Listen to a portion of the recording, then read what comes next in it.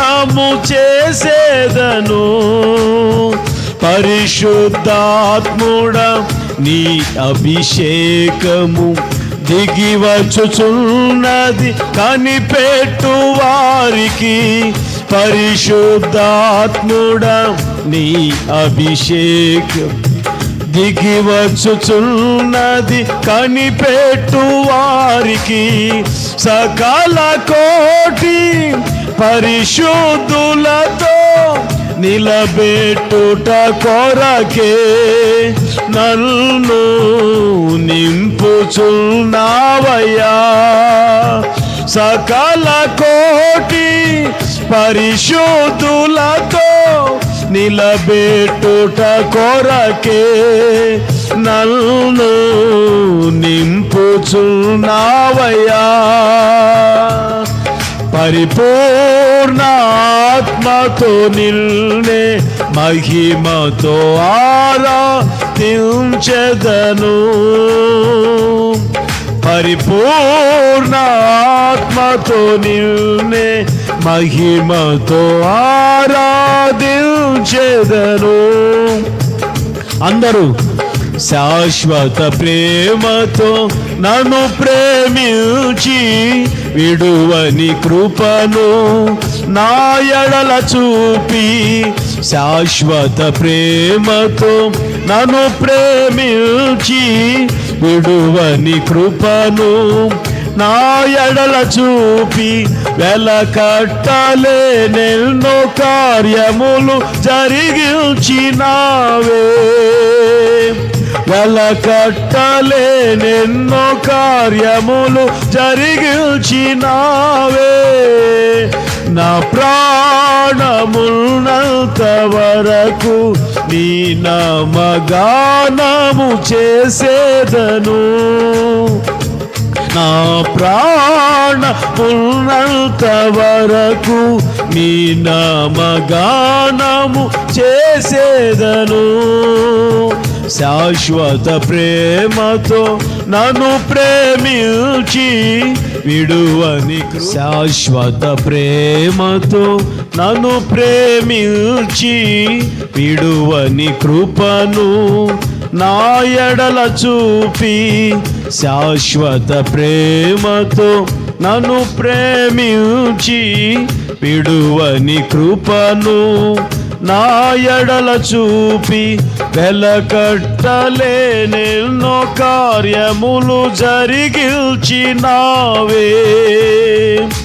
వెలకట్టలేనెన్నో కార్యములు జరిగించినావే.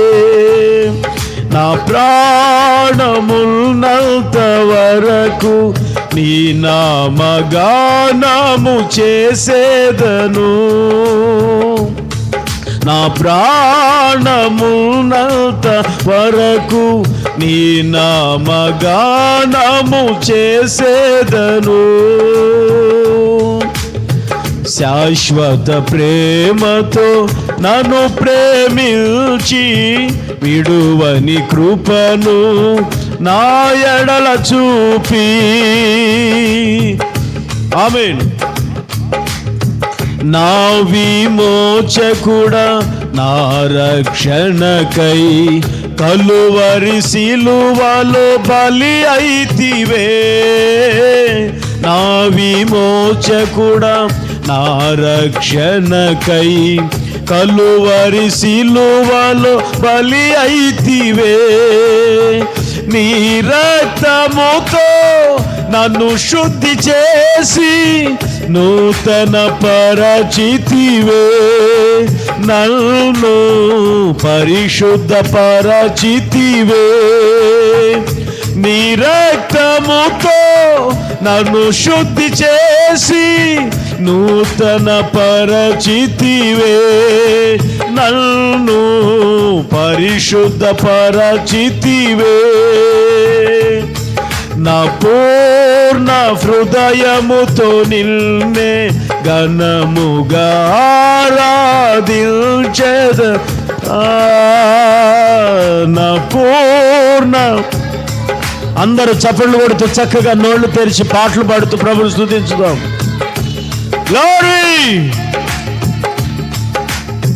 శాశ్వత ప్రేమతో నన్ను ప్రేమించి విడువని కృపను నా ఎడల చూపి, శాశ్వత ప్రేమతో నన్ను ప్రేమించి విడువని కృపను నా ఎడల చూపి, వెలకట్టలేనెన్నో కార్యములు జరిగించినావే, వెలకట్టలేనెన్నో కార్యములు. అందరూ కలిసి నా ప్రాణమున్నంత వరకు నీ నామగానము చేసేదను, నా ప్రాణమున్నంత వరకు నీ నామగానము చేసేదను. శాశ్వత ప్రేమతో నన్ను ప్రేమించి విడువని కృపను నా ఎడల చూపి, నా ఉపదేశకుడా నా యేసయ్యా, నీ వాక్కులెంతో అమూల్యమైనవి. నా ఉపదేశకుడా నా యేసయ్యా, నీ వాక్కులెంతో అమూల్యమైనవి. నిత్య జీవము కలిగించుచున్నది నమ్ముకొను వారికి. ఒక్క క్షణమైన నిన్ను వీడినా నేనేమౌదునో తెలియదయ్యా, ఒక్క క్షణమైన నిన్ను వీడినా నేనేమౌదునో తెలియదయ్యా. ప్రభు నీ తోడు నీ నీడలో నే నిలబ్రతుకుచున్నానయ్యా, ప్రభు నీ తోడు నీ నీడలో నే నిలబ్రతుకుచున్నానయ్యా. ఒక్క క్షణమైన నిన్ను వీడినా నేనేమౌదునో తెలియదయ్యా, ఒక్క క్షణమైన నిన్ను వీడినా నేనేమౌదునో తెలియదయ్యా.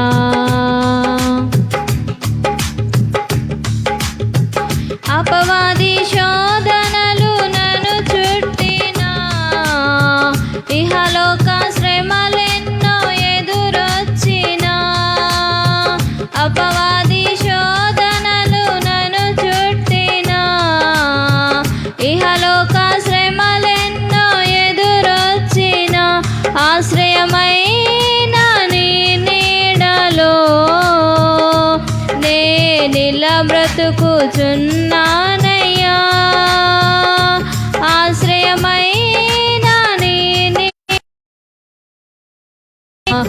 ఒక్క క్షణమైన నిన్ను వీడినా నేనేమౌదునో తెలియదయ్యా. కునుకక ఎన్నడు నిద్రించక నా కను పాప వలె కాచేడి వాడవు, కునుకక ఎన్నడు నిద్రించక నా కను పాప వలె కాచేడి వాడవు. కాపరివైన నీ మందలో నే నిలబ్రతుకుచున్నానయ్యా, కాపరివైన నీ మందలో నే నిలబ్రతుకుచున్నానయ్యా.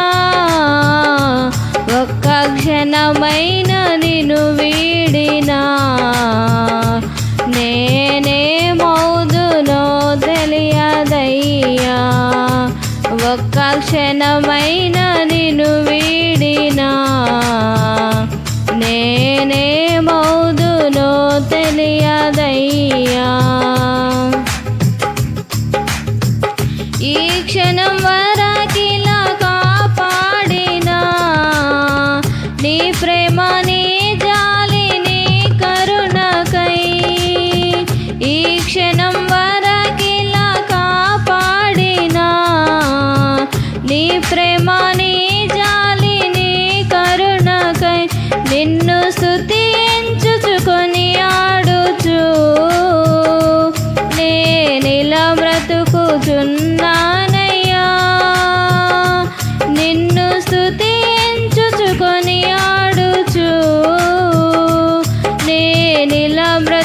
బ్రతుకుచున్నానయ్యా ఒక్క క్షణమైన నిన్ను వీడినా నేనేమవుదునో తెలియదయ్యా ఒక్క క్షణమైన నిన్ను వీడినా నేనేమవుదునో తెలియదయ్యా ప్రభు నీ తాడు నీ నీడలో నేనిలా బ్రతుకుచున్నానయ్యా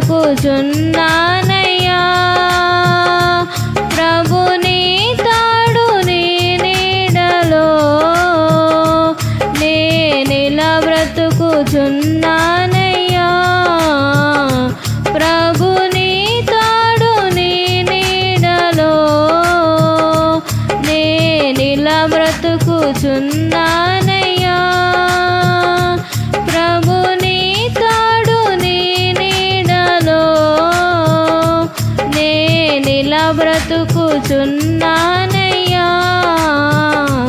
ఒక్క క్షణమైన నిన్ను వీడినా నేనేమవుదునో తెలియదయ్యా ఒక్క క్షణమైన నిన్ను వీడినా నేనేమవుదునో తెలియదు నా నీతి సూర్యుడా నువ్వినేలు యేసయ్యా సరిపోసలేను నీతో అనులైన వారికి సంగమై నీ శ్వాసమై నన్ను నీ ఎదుట నిలపాలని ఆత్మతో మహిమాత్మతో నన్ను ముద్రించి ఉన్నావు నీవు సంగమై నీ శ్వాసమై నన్ను నీ ఎదుట నిలపాలని ఆత్మతో మహిమాత్మతో నన్ను ముద్రించి ఉన్నావు నీవు వరములతో ఫలములతో నీకై బ్రతకాలని తుది శ్వాస నీ సన్నిధిలో విజయం చూడాలని ఆశతో ఉన్నానయ్యా కరుణించే యేసయ్యా నీ కోసమే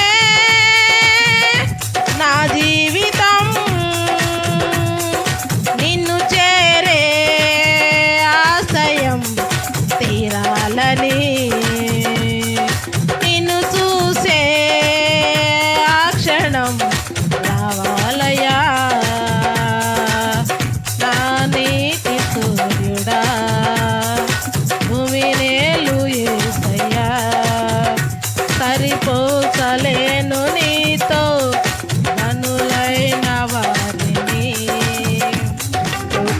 కృపాక్షేమము నీ శాశ్వత జీవము నా జీవిత కాలమంతయు నీవు దయచేయువాడవు నా ప్రాణ ప్రియుడా నన్నేలు మహారాజా నా ఉదిని కొరకు పదిల పరచితిని నా ప్రాణ ప్రియుడా నన్నేలు మహారాజా నా ఉదిని కొరకు పదిల పరచితిని పుర శబ్దము వినగా నా బ్రతుకులో కలలు పండగ అవధులు లేని ఆనందముతో నీ కౌగిలినే చేరనా ఆరాధుడా అభిషక్తుడా ఆరాధన నీకే ప్రాణేశ్వర నా యేసయ్యా ఆరాధన నీకే ఆరాధన నీకే కృపాక్షేమము నీ శాశ్వత జీవము నా జీవిత కాలమంతయు నీవు దయచేయువాడవు మహోన్నతమైనని ఉపకారములు తలంచుచు అనుక్షణము పరవశించిన నీ కృపలోనే పరవశించిన నీ కృపలోనే పరవశించిన నీ ప్రజలు మొరపెట్టగా ఎర్ర సముద్రము రహదారిగా మార్చినావు. నీ ప్రజలు మొరపెట్టగా ఎర్ర సముద్రము రహదారిగా మార్చినావు. నా ప్రాణమా నా గానమా నా ప్రాణమా నా గానమా ఎవరు చేయని కార్యము చేసిన యేసయ్యా, ఎవరు చేయని కార్యము చేసిన యేసయ్యా. ఆరాధన ఆరాధన ఆరాధన నీకే ఆరాధన ఆరాధన ఆరాధన ఆరాధన నీకే ఆరాధన. నా రాగం నీవే యేసయ్యా, ఏ రాగము నాకు రాగయారము. సుమధుర స్వరముల గానాలతో వేలాది దూతల గళములతో కొనియాడబడుచున్న నా యేసయ్యా, నీకే నా ఆరాధన. సంపూర్ణమైన నీ చిత్తమే అనుకూలమైన సంకల్పమే.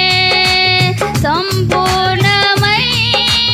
నీ చిత్తమే అనుకూలమైన సంకల్పమే జరిగించుచున్నావు నన్ను విడువగా.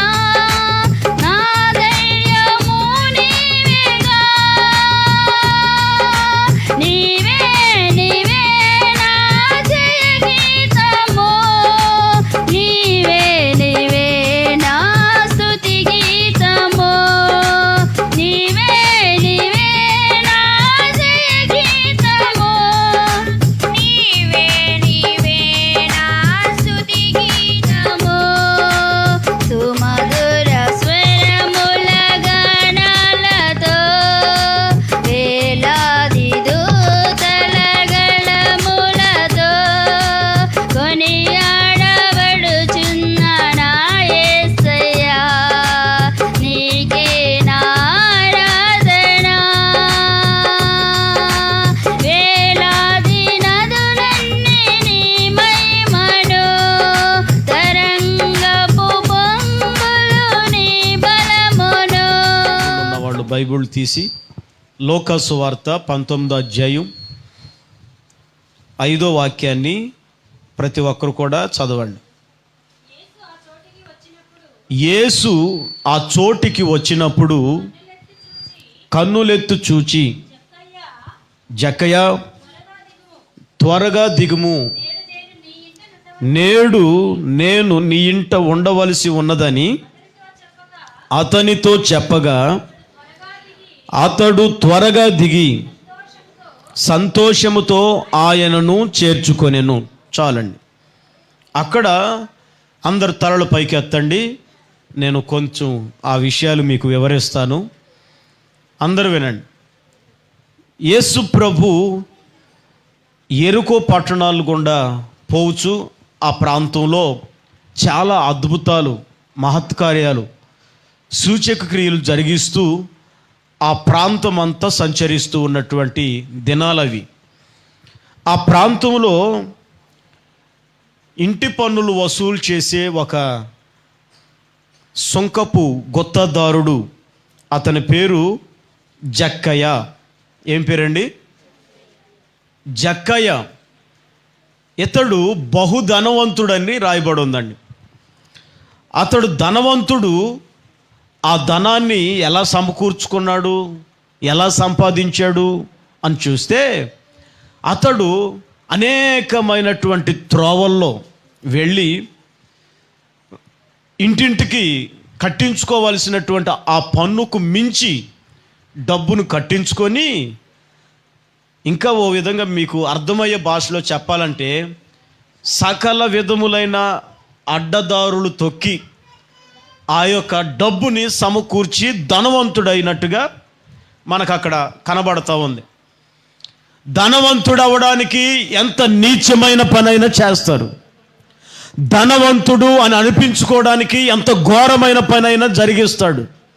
అబద్ధమే ఆడతాడు, సత్యాన్ని అసత్యముగా మారుస్తాడు, ఉన్నది లేనట్టు లేనిది ఉన్నట్లుగా మార్చగలిగే ఆ యొక్క ఆలోచన, ఆ లోక జ్ఞానం కలిగినటువంటి వ్యక్తి.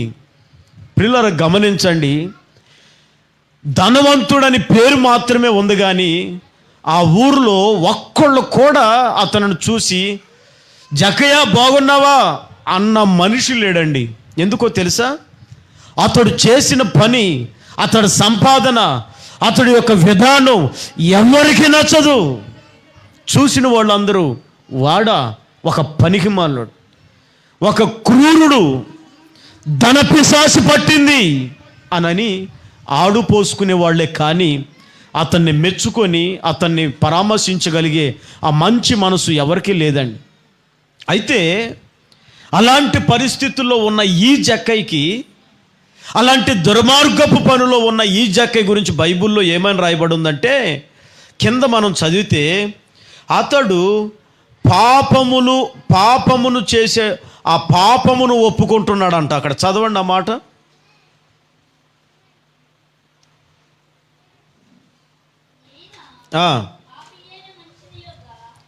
ఏమని చెప్తున్నాడు? ఈయన పాపి అయిన మనుషుల యొద్ద బస చేయుచున్నాడు. ఏమండి? ఎవరైనా మనం ఆరాధిస్తున్న ప్రభు అయిన యేసుక్రీస్తు ఎవరి దగ్గరికి వెళ్ళాడంటే, పాపి అయిన జక్కయ్య ఇంటికి వెళ్ళాడు. అంటే ఇప్పుడు జక్కయ్య ఏం పాపం చేశాడు? జక్కయ్య చేసిన పాపం ఏంటి అని చూస్తే, అతడు వ్యభిచారం ఏం చేయలేదండి, మనుషుల్ని చంపలేదండి, అతడు దొంగతనం చేయలేదండి.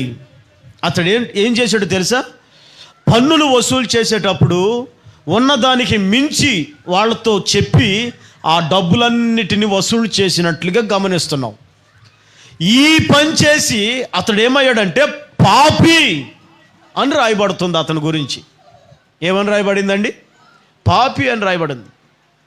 చాలామంది అనుకుంటారు అబద్ధం ఆడితే పాపం, వ్యభిచారము చేస్తే పాపం, ఒక మనిషిని నిర్దాక్షిణ్యంగా పాపము వలన వచ్చు జీతము, అందరు నోళ్ళు తెరిచి చెప్పండి, పాపం వలన వచ్చు జీతం మరణం. ఇప్పుడు ఇతడు మరణానికి గురవలసిన వ్యక్తి, మరణానికి వెళ్ళిపోవలసిన వ్యక్తి. కానీ అక్కడ జరుగుతున్న విషయం ఏంటంటే, జక్కయ్య పాపములో ఉన్నాడండి. పాపం చేసి మనుషుల దృష్టిలో కూడా పాపంతోనే ఉన్నాడు, దేవుడి దృష్టికి కూడా పాపంతోనే ఉన్నాడు. కానీ ఎందుకో యేసు ప్రభువును చూడాలి అనే ఒక వాంఛ తన హృదయములో ఒక మూలన కలిగిందండి. తన హృదయములో ఒక చోట ఆయనకి కలిగింది, యేసు ప్రభువును చూడాలి.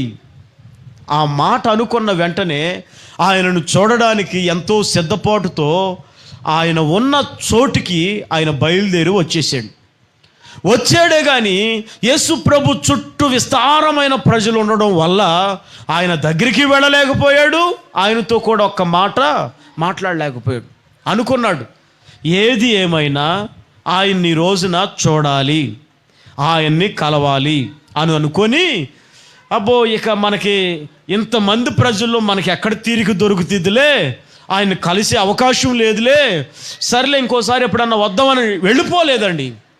వెళ్ళిపోలా. చాలామందికి ఎంత విసుగుదల వచ్చేస్తుందంటే అంత విసుగుదల. అమ్మో, ప్రార్థన అయ్యేటప్పటికి 10:30 ఏంటో మొత్తం మునిగిపోయినట్లుగా, రాత్రి 10:30 అని ఆశ్చర్యపోతారు. అర్ధరాత్రి 12 దాకా సమయాన్ని వృధా చేసుకునేటప్పుడు వాళ్ళకేమనిపించదు. 10:30 అయిపోద్దా, 11 అయిపోద్దా అనిపిస్తుంది దేవుడి విషయాలకు వచ్చేటప్పటికి.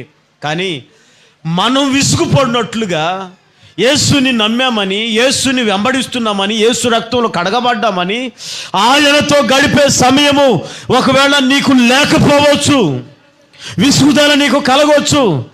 ఆ దినాలలో ఇదిగో ఒక పాపి అయిన ధనవంతుడైన జక్కయ్యకి యేసుని చూడాలనే ఒక ఆలోచన కలిగింది. ఆలోచన కలగడం మాత్రమే కాదు, అంతమంది ప్రజలు కనబడుతున్నా పొరపాటున విసుగుపడి వెళ్ళిపోయే ఆ మనసు రాలేదండి జక్కయ్యకి. ఆ మనసు రాకుండా ఆయనను కలిసే వరకు ఆ చెట్టు దగ్గర నేను ఉంటాను అని అనుకున్నాడు. ఎందుకంటే యేసు ప్రభు ఎటు తిరిగి వచ్చినా ఇదే దోవలో లేకపోతే త్రోవలో ఆయన రావాలి కనుక నేను అక్కడ కొంచెం వేచి చూస్తాను అని అనుకున్నాడు. అని అనుకొని ఎందుకో కొంచెం పైకి ఎక్కితే ఆయన ఎవరో నన్ను గమనించవచ్చు కదా అనుకొని చెట్టు పైకి కూడా ఎక్కేసాడండి. చెట్టు పైకి ఎక్కి ఆయన అట్లా పరీక్షిస్తూ ఉన్న సమయంలో చెట్టు కిందకు ఒక అతను వచ్చి జక్కయ్య అని పిలుస్తున్నాడు. జక్కయ్య దిగిరా, నేను నీ ఇంట ఉండవలసి ఉన్నది. ఆమేన్. ఈరోజు మీరు వినబోతున్న మాట ఏంటో తెలుసా? నేను నీ ఇంట ఉండవలసి ఉన్నది. ఈ మాట ఎవరు చెప్పారో తెలుసా? మన ప్రభు అయిన యేసుక్రీస్తు తన స్వనోటుతో జక్కయ్య, పాపి అయిన జక్కయ్యతో ఈ మాట దేవుడు చెప్తున్నాడు. కొంతమంది పాపం చేసేవాళ్ళు అంటే అంటరాంతనంగా ఉంటారు. అంటే పాపుల్ని చేర్చుకోమని కాదు, పాపులతో వెళ్ళి వాళ్ళ పాపాన్ని అంటించుకోమని కాదు అర్థం. అక్కడ పాపుల్ని, పాపంతో ఉన్న వాళ్ళకి దేవుని వాక్యం ద్వారా, మంచి వాక్యం ద్వారా వాళ్ళని ప్రభు వైపుకు మరలించాల్సినటువంటి అవసరత, ఆ బాధ్యత ప్రభువుని నమ్మిన ప్రతి ఒక్కరికి ఉందనే సంగతి వాస్తవం. ఆమేన్. వీళ్ళు అనుకుంటారు యేసు ప్రభు పాపుల దగ్గరకు కూడా వెళతాడా, పాపుల ఇంట్లో కూడా బస చేస్తాడా అని అనుకుంటున్నారు వీళ్ళు. వాళ్ళు అనుకున్నది వాస్తవమే, మనం కూడా అనుకునేది వాస్తవమే. వాళ్ళు ఎట్లాంటి వాళ్ళో తెలిస్తే వాళ్ళ ఇంటికి నువ్వు వెళ్ళవు, అలాంటి వాళ్ళ ఇళ్ళకి నువ్వు వెళతావా అనని చీటికి మాటికి దేవుని సేవకుల్ని కానీ మరొక మనుషుల్ని కానీ కొన్నిసార్లు మనం నోళ్ళు తీసి అనే మాటలు కూడా కనబడుతున్నాయి, వినబడుతున్నాయి. ఈ యొక్క పగటి వేళ సమయంలో పరిశుద్ధాత్మ దేవుడు చెప్తున్న మాట ఏంటంటే, పాపులను రక్షించుటకు యేసుక్రీస్తు భూలోకానికి వచ్చాడు.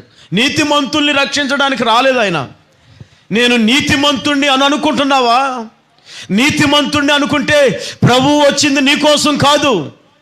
నేను పాపిని, పాపములో నుండి విడుదల పొందాను, ఆ యేసు రక్తము ద్వారా విమోచన క్రయధనం నా కొరకు చెల్లింపబడిందని నువ్వు విశ్వసించి ఆ పాపములో నుండి వేరయ్యి ముందుకు రాగలిగితే ఆ పాపములో నుంచి నేను రక్షించుటకు ఆయన నీ కొరకే వచ్చాడు. హల్లెలూయా. ఎవరి కొరకు వచ్చాడండి? మీలో ఎంతమంది ఇక్కడ పాపములో ఉన్నారు? నేను పాపినని నేను ఒప్పుకుంటున్నానండి. ఒకప్పుడు నేను పాపిని, లోకములో భయంకరంగా తిరిగిన వ్యక్తిని, లోక ఆశలకి, శరీరేచ్ఛలకి తిరిగిన వ్యక్తిని, నశించిపోతున్న నన్ను లోకములో నుంచి వేరు చేసి ఇదిగో ఈ సేవ చేసే భాగ్యాన్ని దేవుడు నాకు ఇచ్చాడని నిరభ్యంతరంగా నేను చెప్తాను. ఆమేన్. హల్లెలూయా, హల్లెలూయా. అలా ఒప్పుకునే ధైర్యం చాలామందికి ఉండదండి. నేను పాపినండి ఒప్పుకునే ధైర్యం ఉండదు చాలామంది. ఒకప్పుడు పాపిని, ఆ మాట మీ నోట్లో రావాలి. ఒకప్పుడు పాపి, ఇప్పుడు దేవుడు రక్తం ద్వారా కడగబడి నీతి మార్గాలలో నేను నడిపించబడుతున్నానని చెప్పగలిగే ధైర్యం మీకుందా? నేను పాపినని ఒప్పుకోవాలంటే కొంతమందికి సిగ్గు, పాపినని ఒప్పుకోవాలంటే కొంతమందికి భయం.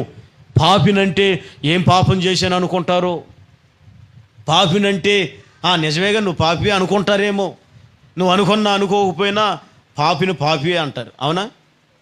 ఎవరండి పాపం చేయకోకుండా ఎవరన్నా ఉన్నారా? పాపం చేయకోకుండా ఎవరన్నా ఉన్నారా?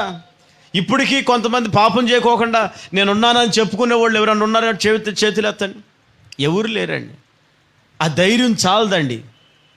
ఈ రోజున నువ్వు ధైర్యంగా ఒప్పుకోవాలి, ఒకప్పుడు నేను పాపిని, ఒకప్పుడు. ఇప్పుడు కూడా పాపిని అని ఒప్పుకునే వాళ్ళు కొంతమంది ఉంటారు. ఇప్పుడు కూడా కొంతమంది పాపాన్ని విడిచిపెట్టక, మారు మనసు పొందక, బాప్తిజం పొందక, రక్షణ పొందక ఇప్పటికీ పాపంలో ఉన్నవాళ్ళు లేరంటారా? ఉన్నారు. ప్రియమైన దేవుని బిడ్డలారా, వాక్యం ఏమని చెప్తుందంటే, జక్కయ్య నేను నీ ఇంట ఉండవలసి ఉన్నది. ఎక్కడ ఉండాలనుకుంటున్నాడు ప్రభు? జక్కయ్య ఇంట్లో ఉండాలనుకుంటున్నాడు. మీరు ఒకసారి ఆలోచించండి. జక్కయ్య పాపంలో ఉన్నాడుగా. ధనవంతుడు పరలోక రాజ్యంలో చేర్చబడుట కంటే సూది బెద్దములో ఒంటె దూరటమే సులువు అని అంటాడు ఆయన. మరి ఈయన ధనవంతుడు అని రాయబడి ఉంది, వాక్యం చదివే ఇప్పుడు. మరి ఈ ధనవంతుడి ఇంట్లో యేసు ప్రభు ఎలా ఉన్నాడు, ఎందుకున్నాడు, ఆయనతో ఉండడం ఏంటి అసలు అని చూస్తే, జక్కయ్యతో దేవుడు ఎందుకు ఉండాలనుకున్నాడంటే ప్రియులారా, జక్కయ్య ప్రభువుని చూడాలనుకునే ఒక ఆలోచన కలిగిన మనిషి. ఆమేన్ చెప్పండి, అందరు చెప్పండి. ఏంటంట? ప్రభువుని చూడాలనుకునే ఒక ఆలోచన. ఎప్పుడు చూస్తాం యేసు ప్రభుని? ఇక్కడున్న మీలో కొంతమందికి ఆశ ఉందో లేదో ఒకసారి ఆలోచించండి. యేసు ప్రభుని చూడాలనే ఆశ మీకు ఎంతమందికి ఉంది? ఎంతమంది యేసు ప్రభుని చూస్తున్నారు? చేయెత్తుతున్నాం. యేసు ప్రభుని చూడాలనుకునే మీరు ఏమండి, ఆదివారం ఒక్కరోజే ప్రార్థన చేస్తే దేవుని చూస్తారా? శనివారం మాత్రమే ప్రార్థన చేస్తే దేవుడు మిమ్మల్ని చూస్తాడా? చూడు. మీటింగ్ పెట్టినప్పుడు వచ్చినప్పుడు మాత్రమే ప్రభువుని చూడాలనుకుంటే కాదండి. ప్రభువుని చూడాలనుకునే మీరు ప్రతి దినము మీరు ఆయనకి ప్రార్థనాపూర్వకంగా ఆయనతో సంబంధం కలిగి ఉంటూనే ఉండాలి. ఆమేన్. అయితే ఇప్పుడు జక్కయ్య ఆ సంబంధం అయితే కలిగైతే ఆనాడు లేడు, కానీ ఎప్పుడైతే యేసు ప్రభుని చూడాలనుకున్నాడో అప్పుడే తన లోపల ఉన్న పాపమంతా విడిచిపెట్టేసేసాడండి. చప్పట్లు కొట్టి గట్టిగా దేవుడిని కనపరచండి. హల్లెలూయా. ఎప్పుడంట? యేసయ్యను చూడాలనుకునే వాళ్ళు ఏ విడిచిపెడతారు? పాపాన్ని విడిచిపెట్టేస్తారు. చూడాలని చేయి ఎత్తితే మాత్రమే కాదు, కానీ చూడాలని అనిపించిన నీకు పాపము నుండి విడుదల పొందడానికి కూడా ఆ మనసు నీకు ఉండును గాక. ఆమేన్. చూడాలనుకున్నాడు, పాపాన్ని విడిచిపెట్టాడా లేదా? అక్కడ ఏం విడిచిపెట్టాడు? చదవండి కింద. యేసు ప్రభువుని చేర్చుకొనెను. 7వ వాక్యంలో, అందరూ అది చూసి పాపి అయిన మనుషుడి యొద్ద బస చేసి వెళ్ళనని చాలా సణుగుకొనిరి. చూసారా? పాపుల దగ్గర కూడా ఈయన ఉంటాడా అని సణుక్కున్నారంట. తర్వాత జక్కయ్య నిలవబడి, ఇదిగో ప్రభువా, నా ఆస్తిలో సగము బేదలకిచ్చుచున్నాను. చూడండి ఏమి చేస్తున్నాడంట. అంటే ఇప్పుడు యేసయ్యను చూడాలనుకునే ఒక వ్యక్తి, ఇదిగో ఈ రోజున ఈ సంఘములో మీలో ఎవరైనా ఉంటే, ఈ యొక్క కార్యక్రమాన్ని వీక్షిస్తున్నటువంటి వాళ్ళల్లో మీలో ఎవరైనా ఉంటే, యేసయ్యను చూడాలన్నా, యేసయ్యా నువ్వు నా ఇంటికి రా, నువ్వు నా ఇంటికి రావాలయ్యా అని మీలో ఎవరైనా కోరుకుంటున్నా, మీరు ఈ రోజున గుర్తించాల్సింది ఏంటంటే, నువ్వు నిజముగా ఆయనను చేర్చుకోగలిసినట్లయితే, నిజముగా ఆయనను చూడదలిచినట్లయితే ముందుగా నీలో ఉన్న పాపాన్ని విడిచిపెట్టాలంటే ఆయనను చూడాలనుకున్నప్పుడే ఆ మనసు నా దేవుడు నీకు ఇస్తాడు. ఆయన నీలోనికి రావాలనుకున్నప్పుడే నీలో ఉన్న పాపం బయటకు వెళ్ళిపోవాలనే మనసు నీకు కలుగుతుంది. ఆమేన్. చాలా మందిగా మనలో వస్తూ ఉంటున్నారు, వెళుతూ ఉంటున్నారు, కానీ యేసయ్యని చేర్చుకునే మనసు ఎవరిలో లేదు. పాట పాడమంటే పాడతాం, సాక్ష్యం చెప్పమంటే చెప్తాం, ప్రార్థనకు రమ్మన్నారు కాబట్టి వచ్చాం, అంతే. ఇక అట్లా వచ్చి వెళ్ళిపోతున్నాం. కానీ ఏనాడైనా ఆయన దగ్గరకు వచ్చిన నువ్వు నోరు తెరిచి, ప్రభువా ఒక్కసారి నా ఇంటికి రావా, నా జీవితంలోనికి రండి అయ్యా, నోరు తెరిచి ఎప్పుడన్నా ప్రార్థన చేసి రండి, నా ఇంటికి రండి అయ్యా, నా జీవితంలోకి రండి అయ్యా, నా బ్రతుకుని బాగు చేయండి అయ్యా, నా ఇంటిని బాగు చేయండి అయ్యా, నా ఇల్లంతా ఒక భయంకరమైన ఆ పాపపు మరణ కోపములో మగ్గిపోతుంది నాయన, సమాధానం నా ఇంట్లో లేదు, ఒక్క మాట ప్రభు నోరు తెరిచి ప్రభుని అడిగారా? ఈ రోజున ఆయన దగ్గరికి నువ్వు ఎందుకు వస్తున్నావు? ఆరాధనకి ఎందుకు వస్తున్నావు? ప్రార్థించుకోవడానికి ఎందుకు వస్తున్నావు? వచ్చిన నీవు ఆయన నీతో ఉండడానికి, నీ ఇంటిలో ఉండడానికి ఆయనను నువ్వు కోరుకోగలిగినట్లయితే తప్పకుండా మార్పు అనేది నీలో కలుగును గాక, మారు మనసు అనేది నీలో కలుగును గాక. ఆమేన్. చెప్పండి గట్టిగా, ఆమేన్. ఏం కలుగుతుందండి? జక్కయ్యలో ఏం కలిగింది? యేసు ప్రభుని చేర్చుకున్నాడా? యేసు ప్రభుని ఇంటికి రావాలన్నాడా? చూడాలనుకొని వచ్చిన వ్యక్తి యేసు ప్రభునే తీసుకొని వెళ్ళిపోయాడు. ఇది లోపల ఉండాలండి. ఎక్కడ ఉండాలి? లోపల మన హృదయంలో ఉండాలి. ఆ మనసు, ఆ ఆత్మ సంబంధమైన మనసు, ప్రభువులు నా ఇంటికి రావాలి, నాలోనికి రావాలి, ఆయన్ని చూడాలి, ఆయన ముఖదర్శనం చూడాలి అని అన్న ఒక ఆలోచన ప్రతి ఒక్కరికి హృదయంలో కలగాలి. అప్పుడు నీలో ఉన్నటువంటి ప్రతి వ్యతిరేక పాపపు క్రియలు బయటికి నువ్వు విడిచిపెట్టుకునే మనసు కూడా దేవుడు నీకు అప్పుడు ఇస్తాడు. ఆమేన్. చేర్చుకోవాలి మనం యేసయ్యని. ఎక్కడ చేర్చుకోవాలి? మన హృదయంలోకి, మన ఇంట్లోకి యేసయ్యని చేర్చుకోవాలి. అప్పుడు తప్పకుండా ఆయన నీ ఇంటికి వచ్చునుగాక. ఆమేన్. అక్కడ తన ఆస్తిలో సగం మట్టుకు బేదలకు ఇచ్చేసాడంట. ఇంకా ఎవరెవరి దగ్గర ఎంత తీసుకున్నాడో 4 అంతలు మరలా వాళ్ళందరికీ తిరిగి ఇచ్చేసాడంటండి. చూసారా? దీనిని ఏమంటారో తెలుసా? దీని పేరు మారు మనసు, దీని పేరు పశ్చాత్తాపము. ఆమేన్. తాను చేసిన పాపానికి ప్రాయశ్చిత్తం ఇది. ఏంటి ప్రాయశ్చిత్తం అంటే? ఎవరెవరితో ఏ పాపం పొరపాటు చేశాడో అది వాళ్ళ దగ్గర ఒప్పుకొని విడిచిపెడుతున్నాడు. లేదా దానిని ఎవరెవరి దగ్గర అన్యాయంగా దోచుకున్నాడో, ఆక్రమించాడో, దాన్ని తీసుకున్నాడో మరలా తిరిగి ఇచ్చేస్తున్నాడు. దీని పేరు ఒప్పుకొని పాపాన్ని విడిచిపెట్టడం, మారు మనసు పొందడం అంటారు దాన్ని అక్కడ. Praise the Lord. అందుకే యేసు ప్రభు ఆ జక్కయ్య హృదయాన్ని ఎరిగినటువంటి దేవుడు జక్కయ్యతో చెప్తున్నాడు, నేను నీ ఇంట ఉండవలసి ఉన్నది. ఆమేన్. హల్లెలూయా. పిల్లరా, నేను వాక్యాలు చదువుతూ ఉండేటప్పుడు మత్తయి సువార్తలో అక్కడక్కడ కొన్ని వాక్యాలు నాకు కనబడతా ఉన్నాయి. ఆ మాటలు ఏంటంటే, యేసు ప్రభు అక్కడున్నాడు, ఇక్కడున్నాడు అంటే మీరు నమ్మొద్దు. ఈ రోజుల్లో ఇట్లాంటి వాళ్ళు బయలుదేరారండి. అక్కడికి వస్తేనే దేవుడు, ఇక్కడికి వస్తేనే దేవుడు ఉంటాడు, లేకపోతే మరో చోట ఉండడు. ఇట్లాంటి మాటలు ఎక్కడా కూడా మీరు వినొద్దు. ఎవరేది చెప్పినా కానీ వాళ్ళ మాటలు అసలు మీరు నమ్మడానికి వెళ్ళలేదు. మీరు ఒక సేవకుడిని కలిగి ఉన్నారు, మీరు ఒక సంఘానికి సభ్యులుగా ఉన్నారు. ఇదిగో ఈ యొక్క సంఘములో ఈ సేవకుల ద్వారా మీరు పరలోక రాజ్యానికి సిద్ధపరచబడుతూ ఉన్నారు. మీరు ఈ యొక్క క్రమానికి, ఈ యొక్క నిబంధనలకి, ఈ యొక్క సంఘములో మీరు ఈ పాలు పావుగస్తులై కొనసాగింపబడగలిగితే ఆ దైవ ఆశీర్వాదాలు మీరు పొందగలుగుతారు. మత్తయి సువార్త 18వ అధ్యాయం, మరి మత్తయి సువార్త 24వ అధ్యాయం 23వ వాక్యంలో మనం చదువుతూ ఉంటుంటే, క్రీస్తు అక్కడ ఉన్నాడు, ఇక్కడ ఉన్నాడు అని చెప్తే మీరు ఎవరు చెప్పిన మాటలు కూడా మీరు వినొద్దు అని రాయబడుతుందండి. 24వ అధ్యాయం 23వ వాక్యం చదువుకుంటే, క్రీస్తు ఇక్కడ ఉన్నాడు, అక్కడ ఉన్నాడని చెప్పిన ఎడల నమ్మకుడి. అబద్ధపు క్రీస్తులను, అబద్ధపు ప్రవక్తలను వచ్చి సాధ్యమైతే ఏర్పరచబడిన వారిని సహితము మోసగించుటకై గొప్ప సూచక క్రియలు, మహత్కార్యములను కనపరుచెదరు.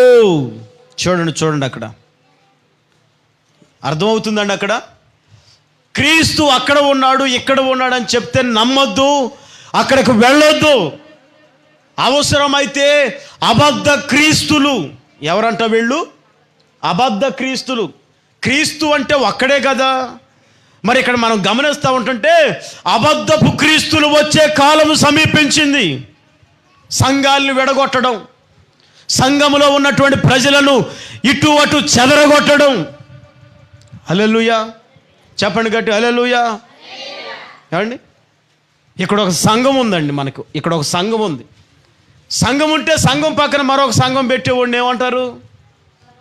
మీరు చెప్పండి, నోళ్ళు తెరిచి అందరూ చెప్పండి. ఇక్కడ దేవుడు ఒక సేవకుడిని పెట్టి సంఘాన్ని పెట్టి ప్రాంతానికి నమ్మకంగా సేవ చేయమని చెప్పాడు. ఆ సేవకుడు ఆ ప్రాంతంలో ఈ ప్రాంతంలో సంఘాన్ని నడిపిస్తూ ప్రభు రాజ్యాన్ని కడుతూ సువార్త ప్రకటిస్తూ సేవ చేస్తున్నాడండి. సేవ చేస్తున్నాడు. సేవకుడు ఉండగా మళ్ళొక సేవకుడు పక్కన వచ్చి అక్కడ మీటింగ్ పెట్టి సభ పెట్టి భోజనాలు పెట్టి వాయిద్యాలు పెట్టి ఆటోల్లో జనం తీసుకొచ్చి మన ముందు కోతిని ఆడినిచ్చినట్టుగా ఆడెత్తా ఉంటుంటే దానికి ఏమంటారు మీరు? ఇప్పుడు సంఘాన్ని చెదరగొట్టడానికే కదా వచ్చింది మనిషి. ఎక్కడి నుండో వచ్చావు. ఇక్కడ సంఘం ఉంది, సేవకుల్ని దేవుడు నియమించాడు. ఆ సంఘం మధ్యలో మరలు వచ్చి సంఘం పెడితే దేవుడు ఊరుకుంటాడు? దానికి వాక్యం చెబుతుంది, ఇదిగో అబద్ధ క్రీస్తులు వచ్చి అవసరమైతే అద్భుతాలు, అవసరమైతే సూచక క్రియలు చేసి ఏర్పరచబడిన వాళ్ళ సహితము మోసగించుటకై వాళ్ళు పాలు పడతారంట. అమ్మ అందరు వినండి. నువ్వు ఒక సంఘానికి చెందిన వ్యక్తివి గనుక, ఒక సంఘ సభ్యుడు గనుక ఆ సంఘానికి మీరు పరిమితమై ఉండాలి. అక్కడ క్రీస్తున్నారు, అక్కడ మీటింగ్ పెట్టారంటే అక్కడికి పోకూడదు. ఇక్కడ క్రీస్తున్నాడు, ఇక్కడ మీటింగ్ పెట్టారంటే అక్కడ పోకూడదు. రోజులు బాగోలేదు. ఏర్పరచబడిన వాళ్ళ సహితము మోసగించే రోజులు ఇప్పుడు మీరు జీవిస్తున్న రోజులు ఇవి. ప్రమాదకరమైన రోజులు. దుర్దినాలలో మీరు ఉన్నారు. పాడు చేయటానికి, సహవాసాన్ని, సంఘాన్ని కూల్చివేయడానికి ఒకడు బయలుదేరి వస్తూ ఉన్నాడు.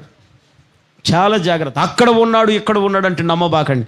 ఆయన ఎక్కడ ఉంటాడో మీరు ఈ రోజున వినబోతున్నాడు. యేసు ప్రభు జక్కయ్యతో ఏమని చెప్తున్నాడు? నేను ఈ రోజున నీ ఇంట్లో ఉండాలి. ఆయన ఎవరిలో ఉండాలనుకుంటాడో, ఎవరి దగ్గర ఉండాలనుకుంటాడో ఆయన ఇష్టం అది. నువ్వు వచ్చి ఇక్కడ తోలుబొమ్మలు ఆడిచ్చినట్టు తోలుబొమ్మలు ఆడిస్తే నీ దగ్గరకు వచ్చి ఉంటాడని నువ్వు అనుకోబాకు. Praise the lord. అవసరమైతే అద్భుతాలు చేసి జనాలు తీసుకొచ్చి ఆటోల్లో తోలుబొమ్మలు ఆడిచ్చినట్టుగా పాటలు పాడి డుస్కు అని చెప్పేసేసినంత మాత్రాన ప్రభు అక్కడ ఉంటాడు అనుకోబాకండి మీరు. ఏమండి? దేవుడు ఒక సేవకుని ఏర్పరిచాడంటే బైబిల్లో చూడండి. దేవుడు ఒక ప్రవక్తని ఏర్పరిచాడంటే, ఒక సేవకుని ఏర్పరిచాడంటే అతను ఉండంగా మరొక సేవకుని దేవుడు అక్కడ నియమించట, అక్కడ ఏర్పాటు చేయలేదు దేవుడు. ఆ దైవజనుడు ద్వారానే ఆ కాలములో, ఆ రాజ్యములో కార్యక్రమాలన్నీ దేవుడు ఆ దైవజనుడు ద్వారా జరిగిస్తూ వచ్చాడు. Praise the Lord. చేతనైతే అమ్మా అక్కడ మీకు దగ్గరలో సంఘం ఉంది కదా, వెళ్ళండి అని చెప్పే సేవకులు ఈ రోజుల్లో కావాలి. ఆమేన్. ఒకళ్ళు ఉంటే చాలు, ఇద్దరుంటే చాలు, ముగ్గురుంటే చాలు, అంతే. తీసుకొచ్చి అక్కడి నుంచి ఒక ఆటోడు జనాలి, ఎక్కడి నుంచి ఒక ఆటోడు జనాలి అంటే ఆళ్ళని తీసుకొచ్చినంత మాత్రాన్ని ఎక్కడోళ్ళు కదులుతారు అనుకుంటున్నావేమో. కదులుతారా?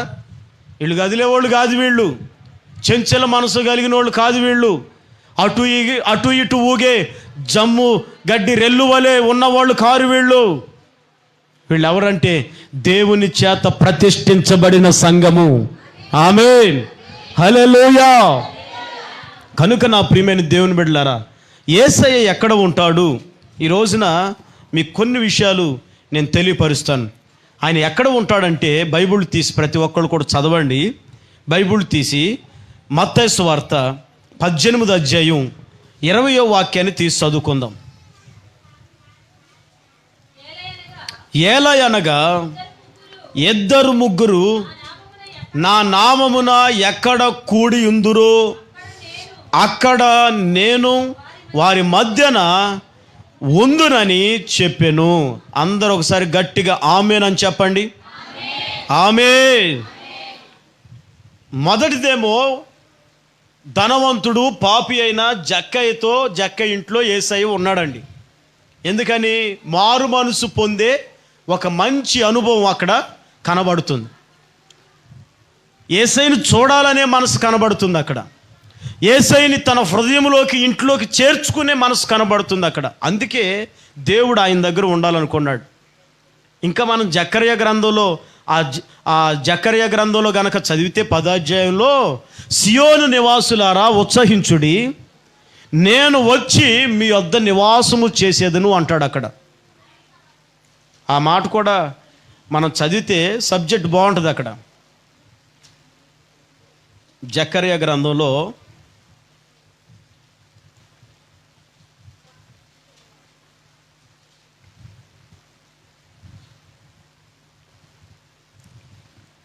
మూడో అధ్యాయం 10వ వాక్యం నుండి. జకర్యా గ్రంథం 3వ అధ్యాయం క్షమించండి 2వ అధ్యాయం 10వ వాక్యం అండి. 2వ అధ్యాయం 10వ వాక్యం. సియోను నివాసులారా, నేను వచ్చి మీ మధ్యను నివాసము చేతును, సంతోషముగా నుండి పాటలు పాడుడి, ఇదే యెహోవా వాక్కు. హల్లెలూయా. ఇప్పుడు జక్కయ్య దగ్గరకు వచ్చి దేవుడు నివాసం ఉంటున్నాడు. చివరికి ప్రభు అక్కడి నుంచి బయలుదేరి వచ్చేటప్పుడు ప్రభు అంటున్న మాట, నేడు ఈ ఇంటికి రక్షణ వచ్చి ఉన్నది, ఇదిగో ఇతడును అబ్రహాము కుమారుడే. అందరు హల్లెలూయా చెప్పండి. జక్కయ్య ఎవరంటండి? అబ్రహాము కుమారుడే. ఈ ఇంటికి ఏమొచ్చింది? రక్షణ వచ్చి ఉన్నది. ఇప్పుడు ఇక్కడ జకర్యా గ్రంథంలో మీరు చదువుతూ ఉంటే సియోను నివాసులు, ఎవరి సియోను నివాసులు? రక్షణ పొందిన నివాసులు, మార్పు చెందిన వాళ్ళు, హృదయాన్ని మనసును మార్చుకున్న వాళ్ళు, కఠినత్వాన్ని మార్చుకున్న వాళ్ళు, క్రూరత్వాన్ని మార్చుకున్న వాళ్ళు, విచ్చలవిడితనాన్ని మార్చుకున్న వాళ్ళు, వాళ్ళే సియోను నివాసులు. ఇప్పుడు వాళ్ళతో ప్రభు చెప్తున్న మాట ఏమని తెలుసా? నేను వచ్చి మీ మధ్యన నివాసం చేస్తాను. వాళ్ళ మధ్యలో ఆయన ఉంటాడు. ఇప్పుడు జక్కయ్య మధ్యలో ఉన్నట్టు, జక్కయ్య ఇంట్లో ఉన్నట్టు సియోను నివాసులతో ప్రభు ఉంటాడు. అందుకు ఇప్పుడు మనం ఏం చేస్తాం? సియోను నివాసులు ఏం చేస్తారు? పాటలు పాడుతారు, సంతోషంగా ఉంటారు, దేవుని నామాన్ని ఘనపరుస్తారు. సియోను నివాసులకు ఉండే అలవాట్లు ఇవేనండి.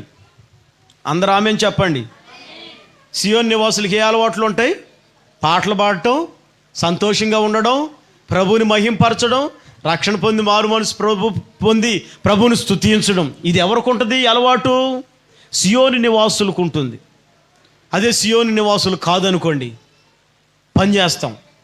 ప్రార్థనకు రమ్మంటేనేమో పగలంతా అలసిపోయాం, అయ్యా రాలేకపోయాం, ఇక్కడికేమో రాలేకపోయాం అంటాం. అదే పగలంతా పని చేసి వచ్చావు, ఇంటికి వెళ్ళగానే స్నానం చేసి అంత మొద్దుని పడుకోవచ్చుగా. పడుకో, కాసేపు కూర్చోవాలి అక్కడ. ఎక్కడ? అది వాడు తెచ్చుకుంటారు కదా, ఇంతలో అవుద్ది ఆ డబ్బా ముందు కాసేపు కూర్చోవాలి. వాళ్ళు వేసే నృత్యాలన్నీ కూడా చూడాలి అక్కడ. ఎంతసేపు? నైట్ 12 అవుద్ది, లేదా 11 అవ్వచ్చు, ఇంక ఏదైనా అయ్యిద్ది. ఏముంది, అన్నం పెట్టుకొని కూడా అక్కడే కూర్చొని స్తోత్రం. ప్రియులారా గమనించండి, నా ప్రియమైన దేవుని బిడ్డల వాక్యం సియోను నివాసులకు ఉండే అనుభవాలు మనకు ఉండాలి. నువ్వెవరో తెలుసా? సియోనుకు ప్రయాణం చేయాల్సినటువంటి దేవుడి బిడ్డవి. ఆమేన్. ఎక్కడికి వెళ్ళాల్సిన బిడ్డవి నువ్వు? పని చేసి వచ్చినా, ఇంటికాడ అంత స్నానాలు చేసినా, భోంచేసినా చేసినా, మీరు అంత ప్రార్థన చేసుకోండి, పాట పాడుకొని ప్రార్థన చేసుకోండి. ప్రార్థన చేసి ఇంకా ఏదైనా వాక్యం మీరు వినాలనుకుంటే శుభవార్త ఆరాధన ఛానల్స్ వస్తాయి. ఇంకా మీకు అవి లేవనుకుంటే యూట్యూబ్లో మన జీసస్ కింగ్స్ టెంపుల్ అని టైప్ చేయండి. యూట్యూబ్లో మన ఛానల్ వస్తుంది. ఇప్పుడు ఈ లైవ్లు అన్నీ అక్కడ యూట్యూబ్లో వస్తాయి. హల్లెలూయా. ఈ ఆరాధన అంతా కూడా యూట్యూబ్లో వస్తుంది, మనకి చూడవచ్చు, వాక్యాలు చూడవచ్చు. ఆ దైవజనులు ఏం వాక్యం చెప్పారు గత వారం అని మీరు యూట్యూబ్లో కూడా మరలా చూసుకొని రివైండ్ చేసుకోవచ్చు. మన దైవజనులు అపోస్తులి కింగ్స్ టెంపుల్ ప్రసాద్ పోలయ్య గారు మండపేట పాస్టర్ గారు కూడా యూట్యూబ్లో పెడతా ఉంటారు. హోసన్న మినిస్ట్రీస్ మరి దైవజనులు చెప్పే మెసేజ్లు అన్నీ కూడా యూట్యూబ్లో ఉంటాయి. అవన్నీ వినొచ్చు. ప్రియులారా, సియోను నివాసులకు ఉండవలసినటువంటి గుణగణాలు, లక్షణాలు అవి మనం కలిగి జీవించి ప్రభుకి మహిమకరముగా నడిపించబడుదుము గాక. ఆమేన్. హల్లెలూయా. ఇది సియోను నివాసులతో యేసయ్య ఉంటాడు. అందరు చెప్పండి, ఆయన ఎక్కడ ఉంటాడు?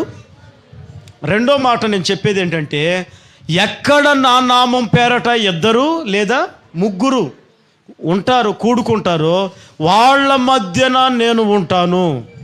ఎక్కడ ఉంటాడంట? రెండో మాట, 2, 3 ఆయన నామం పేరట కూడుకోవాలి.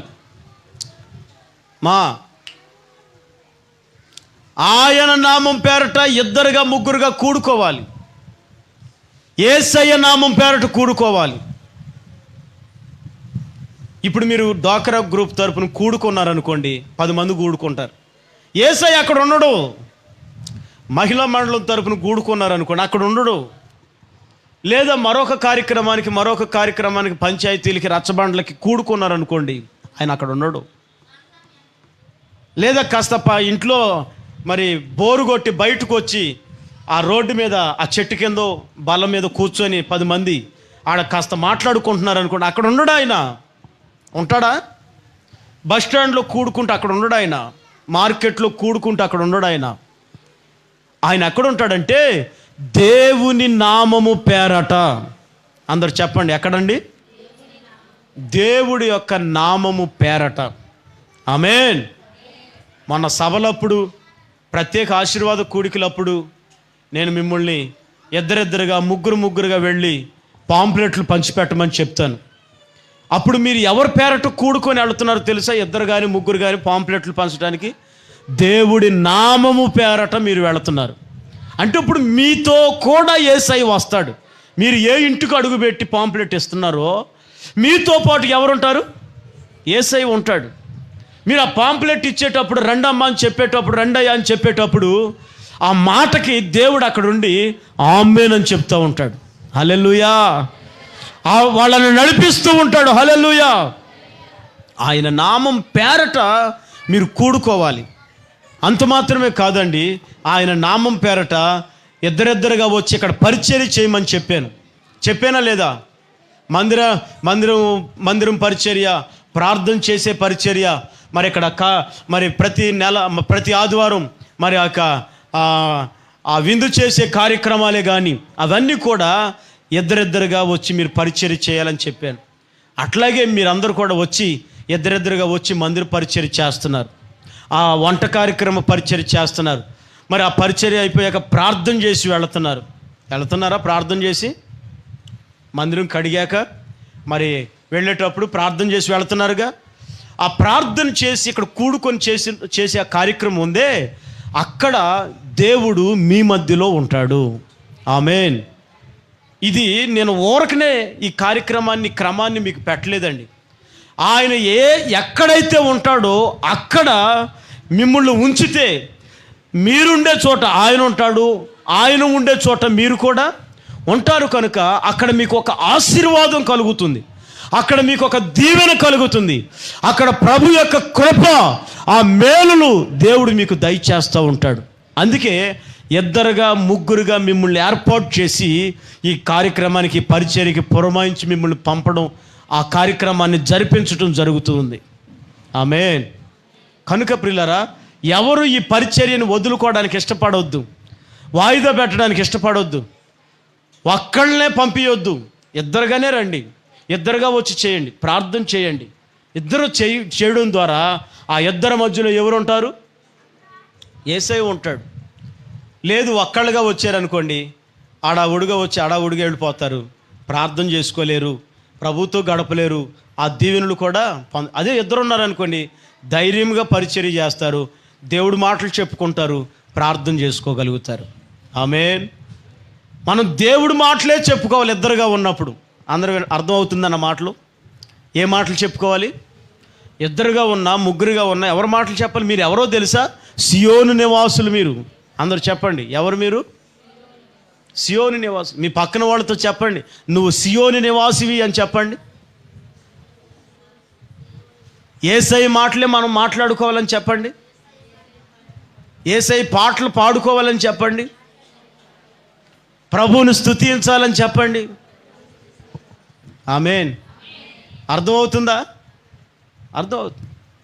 ఇద్దరుగా ముగ్గురుగా ఆయన నామం పేరట ఎక్కడ కూడుకుంటే అక్కడ ఆయన ఉంటాడు. మలాకీ గ్రంథం 3:16 కూడా ఏమని రాయబడి ఉందంటే, ఇద్దరు ముగ్గురు కూడుకొని వాళ్ళు సంభాషించే ప్రతి సంభాషణ దేవుడు ఆలకిస్తాడంటండి. అక్కడ చదువుతారా మాట కూడా? మలాకీ గ్రంథం 3:16 తీసి చదవండి.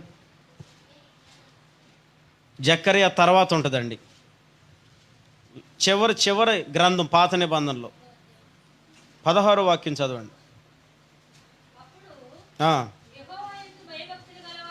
యెహోవాయందు భయభక్తులు గలవారు ఒకరితో ఒకరు మాట్లాడుకొనుచూ ఉండగా యెహోవా చెవియొగ్గి ఆలకించెను. భయభక్తులు కలిగి ఆయన నామమును స్మరించుచు ఉండు వారికి జ్ఞాపకార్థముగా ఒక గ్రంథము ఆయన సముఖమందు రాయబడి ఉండెను. అందరు హల్లెలూయా చెప్పండి. యెహోవా యందు భయభక్తులు కలిగి ఆయనను స్మరించే వాళ్ళందరికీ దేవుడు ఒక గ్రంథాన్ని ప్రత్యేకంగా రాసి పెట్టుంచాడంట. అక్కడ ఎవరికి రాసి పెట్టుంచాడు? భయభక్తులు కలిగి ఉన్న వాళ్ళకు ఒక గ్రంథం పెట్టాడు. భయభక్తిగా లేని వాళ్ళందరికీ ఒక గ్రంథం పెట్టాడు. నువ్వు దేవుడి యందు భయభక్తులు కలిగిన బిడ్డవనుకో, ఆ గ్రంథం తీస్తారు. భయభక్తులు కలిగిన గ్రంథం తీసురండి అని తీసుకొస్తే భయభక్తులుగా ఉన్న వాళ్ళందరి లిస్టులో నీ పేరు కూడా నీ పేరు ఒకటి ఉండదు. కొంతమందికి భయము ఉండదు, భక్తి కూడా ఉండదు. భయం ఉంటుంది కొంతమందికి, భక్తి ఉండదు. మరి కొంతమందికి భక్తి ఉంటే భయం ఉండదు. ఇప్పుడు మీలో కొంతమంది భక్తి చేస్తున్నారు కానీ భయముతో కూడిన భక్తి చేయట్లేదు. భక్తి అంటే ఏంటి? మందిరానికి వెళ్ళాలి, కానుక వేయాలి, పాట పాడాలి, ప్రార్థన చేయించుకోవాలి, రావాలి. ఇది భక్తి. భయం అంటే ఏంటి? అమ్మో ప్రభుతో ఉండాలి, ప్రభు కొరకు మనం జాగ్రత్తగా ఉండాలి, మన మాట జాగ్రత్త, విధానం జాగ్రత్త, నా ప్రవర్తన జాగ్రత్త, సమయానికి వెళ్ళాలి, ముగింపులో కూడా పరిచర్య చేసి. ఇది భయం. భయం ఎవరి భయం? అది దేవుని భయం. అది భక్తి లేనోళ్ళు, భయం లేనోళ్ళు ఏం చేస్తారు? ఏ టైం అయినా పర్లా, వాక్యం టయానికి వెళ్ళినాం, కాసేపు కూర్చొని ప్రార్థన చేయించుకొని మళ్ళీ ప్రార్థన అవ్వటమే, పరిచర్య కూడా చేయకోకుండా ఆడవుడిగా అక్కడ మన కోసం ఎదురు చూస్తుందిగా వెళ్ళిపోవాలి. ఇట్లా కొంతమంది, ఇది భయం లేని భక్తి. భయం లేని భక్తి. భయం కలిగిన వాళ్ళు అయితే ఆరాధన అయిపోయాక అన్నీ చక్క పెట్టుకొని అంత మడత పెట్టుకొని, కొంతమంది వెళ్ళేటప్పుడు కనీసం ఫ్యాన్ కూడా ఆపరండి. ఇప్పుడు వరకు మనమేగా, మీరు ఫ్యాన్లు కావాల్సి వచ్చినప్పుడు ఫ్యాన్లు వేసుకున్నారు లెగిసి, మరి వెళ్ళేటప్పుడు ఫ్యాన్ ఆపాలని తెలియాలిగా. ఎప్పుడన్నా నువ్వు ఫ్యాన్ ఆపేవా? ఎప్పుడన్నా ఒకసారి ఆలోచించుకోండి. నేను ఫ్యాన్ ఆపేనా? ఎప్పుడన్నా నేను లేచి పరద మడత పెట్టానా? ఎప్పుడన్నా నేను వెళ్ళేటప్పుడు మందిరం ఊడ్చి వెళ్ళానా? భక్తి లేని భయం లేని భక్తి. భయం లేని భక్తి. భయం లేని భక్తి చేస్తే నీ పేరు జీవగ్రంథంలో ఉండదు.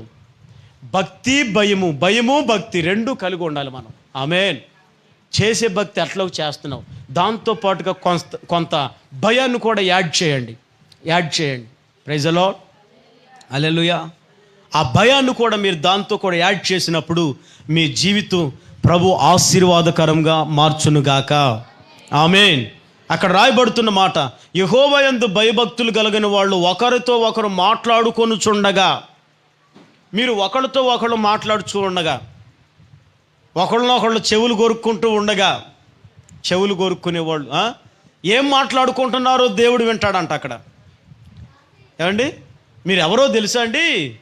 దేవుడు బిడ్డలు. మీరు యేసు క్రీస్తుని ఎరిగిన వారు, యేసు రక్తము చేత కడగబడిన వారు, యేసయ్య చేత పిలువబడిన వాళ్ళు, ఎన్నిక చేయబడిన వాళ్ళు. మీరు పరిశుద్ధతకి నీతికి వారసులుగా పిలువబడిన వాళ్ళు. మీరు ఏమండి, మీరు మాట్లాడుకునేటప్పుడు, ఒకళ్ళకొకళ్ళు మాట్లాడుకునేటప్పుడు మీ మాటలన్నీ ఎవరు వింటున్నారు?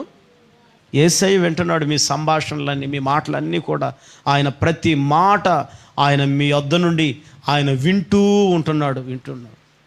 ఇద్దరు మాట్లాడుకునేవి, ముగ్గురు మాట్లాడుకునేవి, మీరు చెవుల్లో కొరుక్కునేవి, అవి మంచి మాటలే కావచ్చు, చెడ్డ మాటలే కావచ్చు, ఇంకా వేరే శిచ్చులు పెట్టే మాటలే కావచ్చు.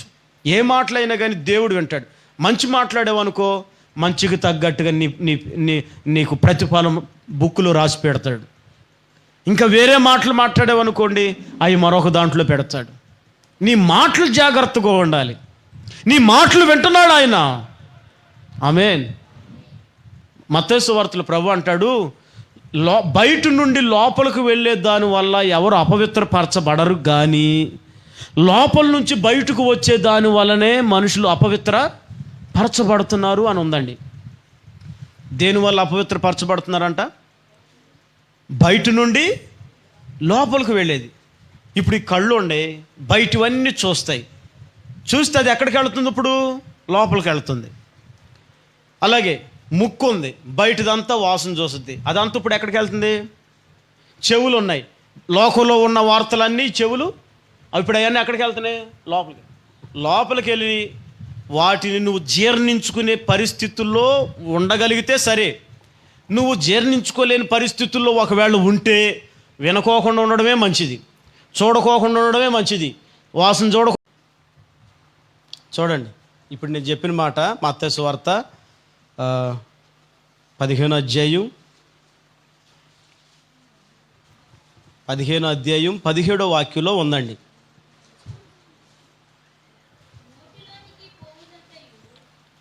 నోటిలోనికి పోయినప్పుడు, అదిగో క్లియర్గా చదవండి, నోటిలోనికి పోయినదంతయు బహిర్భూమిలో విడవబడును గాని నోట నుండి బయటకి వచ్చునవి హృదయములో నుండి వచ్చును. ఇవియే మనుషుణ్ణి అపవిత్రపరుచునని మీరు గ్రహింపరా?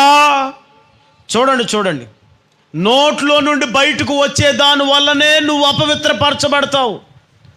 అందుకే నీ నోట్లో నుంచి బయటకు వచ్చే ఏ మాట అయినా కానీ ఆ మాట ద్వారా నీవు అపవిత్రపరచబడుతున్నావని గుర్తించాలి. నువ్వు మాట్లాడేటప్పుడు దేవుడు వింటున్నాడు, ఆ మాట్లాడే ప్రతి మాట దేవుడు వింటున్నాడని గ్రహించి జాగ్రత్తగా నీ నోటి మాటల్ని కాచుకోవలసిన అవసరం నీకు ఉన్నది. కనుక దేవుడు నామం పేరట నువ్వు కూడుకున్నప్పుడు చేస్తే ప్రార్థన చేయి, లేదా వాక్యం ధ్యానించుకోండి, లేదా ప్రభును స్తుతించుకొని పాటలు పాడండి. అంతే తప్ప ఇద్దరుగా ముగ్గురుగా దేవుడు నామం పేరట కూడుకున్నప్పుడు వ్యర్థమైన మాటలు మాట్లాడుకుంటే ఆ మాటలు నిన్నేం చేస్తున్నాయో తెలుసా? అపవిత్రపరుస్తూ ఉన్నాయి. నీ మాటల వల్లనే నీ జీవితం పాడైపోద్దండి. నిన్నెవరూ చెడగొట్ట అవసరంలా, పక్కనోళ్ళు వచ్చి నిన్ను చెడగొట్ట అవసరంలా. నీ హృదయంలో నుంచి, నీ నోట్లో నుంచి ఏ మాటలు వస్తున్నాయో ఆ మాటలు, నీ మాటలు నిన్నే చెడగొడతాయి. దానికి ఆధారంగా వాక్యమే కనబడుతుంది అక్కడ. చదివేరుగా, మళ్ళీ చదవండి ఒకసారి.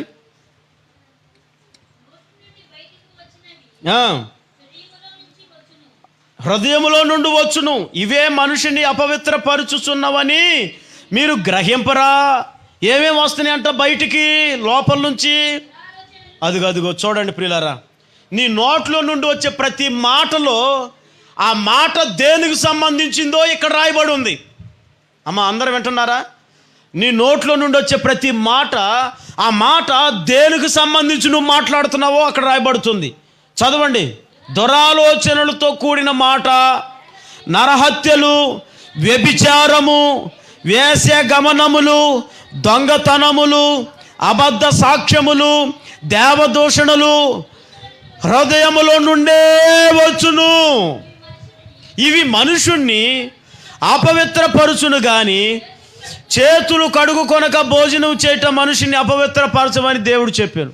చూడండి, చూసారండి? నీ నోట్లో నుండి వస్తే ప్రార్థన రావాలి, లేకపోతే వాక్యం రావాలి, లేకపోతే దేవుడు పాటలు రావాలి, ఇవి స్తుతి స్తోత్రం రావాలి. 4వది, ఇవి కాకోకుండా ఇద్దరు ముగ్గురుగా కూడుకున్నప్పుడు ఇంకా ఏ మాట వచ్చినా ఆ ప్రతి వేరే ఏ మాట అయినా నిన్నది అపవిత్రపరిచి వేస్తూ ఉంది. కనుక జాగ్రత్త, నీ నోట్లో నుండి వచ్చేదాన్ని జాగ్రత్తగా కాచుకో. లోపలికి వెళ్ళే దానివల్ల ప్రాబ్లం లేదండి. చూసావు, లోపలికి వెళ్ళింది, విన్నావు, లోపలికి వెళ్ళింది, దానివల్ల ప్రాబ్లం లేదు. అది నీ కడుపులో ఉన్నంత వరకు ప్రాబ్లం లేదు. ఎప్పుడైతే దాన్ని నోటు ద్వారా వెళ్ళగక్కుతావో అప్పుడు నీ కౌంట్ డౌన్ స్టార్ట్లు అవుతాయి.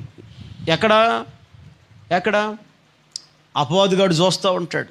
నువ్వు మాట్లాడే మాటను బట్టి ఆడు నిన్ను నడిపిస్తాడు. ఏ మాటలో ఏ బాటలో నడిపించాలో నడిపించేస్తాడు. మన మాటలను బట్టి నడిపిస్తాడు. అమ్మో, అటు వెళ్తే నాకు భయం వేస్తుంది, నేను వెళ్ళలేను, నేను చేయలేను, నా వల్ల అవ్వదు, నేను ఉండలేను, ఇట్లాంటి మాటలు పిరిగితనంతో కూడిన మాటలు నువ్వు పదే నోట్లో నుంచి అంటున్నావు అనుకో. ఆ మాటలు అనేటప్పుడు ఎవరంటాడో తెలుసా? ఆడంటాడు, సైతాన్ గడు వింటాడు. నీ నోట్లో దేవుడు బిడ్డగా నీ నోట్లో ఎప్పుడు ఉండాలంటే, నా ప్రభు నాకుండగా నాకేంటి, ఆయన నాకు ఇచ్చిన దాంట్లో నేను ఇస్తాను, ఆయన నాకు ఉండగా నాకు ఇంకా భయం ఏంటి అన్న ఒక ధైర్యం నీకు కావాలి. Praise the Lord. విశ్వాసంతో ధైర్యంతో కూడిన మాటలు మీరు మాట్లాడుతున్నారనుకోండి, ఆ సైతాన్ గాడు కూడా మిమ్మల్ని పొరపాటున కూడా దగ్గరికి రాలేడు. పిరికితనంతో అమ్మో నా వల్ల అవ్వదు, నేను చేయలేను, నేను ఉండలేను, నిలవలేను అని అంటా ఉన్నావా, ఇక వాడు వింటా ఉంటాడు. ఏదో ఒక రోజున నేనేం చేస్తాడంటే శుభ్రంగా పీకి పక్కన పడేసేస్తాడు. ఎందుకంటే నేను నిలవలేను అని పాట పాడేవు కదా, పాడేవు లేదా, నా వల్ల అవ్వదు, నేను ఇవ్వలేను, నేను ఉండలేను, నేను చేయలేను అని అన్నావు కదా. ఆ మాటలు వాడు వింటూ ఉన్నాడు, ఏదో ఒక రోజున చూసి పీకి పక్కన పడేసేస్తాడు. వాడు ఎవరితో ఆడుకుంటాడో తెలుసా? ఈ అవిశ్వాసంతో మాట్లాడే ప్రతి మాట వాడు వింటూ ఉంటాడు. హల్లెలూయా. అందుకే 2-3 నా నామమున, అందరు చెప్పండి ఆ మాట, 2-3 నా నామమున ఎక్కడ కూడుకుంటారో వారి మధ్యలో దేవుడు ఉంటాడు. అందుకే నువ్వు ఇద్దరుగా ఉన్నా, భార్య భర్తలుగా మీరిద్దరే ఉన్నా, లేదా ముగ్గురుగా పిల్లలతో కూడా కలిసి ఉన్నా, లేదా కుటుంబంతో కాకోకుండా బయట వాళ్ళతో మీరు కలిసి ఉన్నా, మీ నోట్లో నుంచి బయటకు వచ్చే మాట ప్రతిదీ జాగ్రత్తగా ఉండును గాక. అప్పుడు ఆయన వారి మధ్యలో ఉండి ప్రతి మాట ప్రతి సంగతి ఆయన గమనిస్తూ ఆలకిస్తూ ఉంటాడు కనుక దానిని బట్టి నా దేవుడు నీకు ప్రతిఫలం దయచేయును గాక. ఆమేన్. ఇది 2వ మాట. 3వ మాట ఏంటో చదవండి. అపోస్తుల కార్యములు 2వ అధ్యాయంలో రాయబడిన మాట చదువుకుందాం.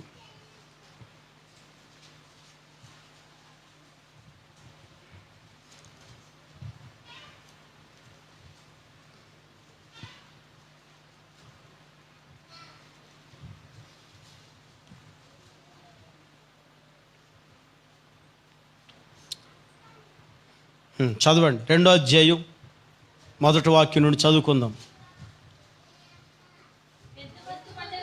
పెంతుకోస్తు పండుగ దినము వచ్చినప్పుడు అందరూ ఒక చోట కూర్చొని ఉండిరి. అప్పుడు వేగముగా వీచే బలమైన గాలి వంటి ఒక ధ్వని ఆకాశం నుండి హఠాత్తుగా వారు కూర్చొని ఉన్న ఇల్లంతయు నిండెను.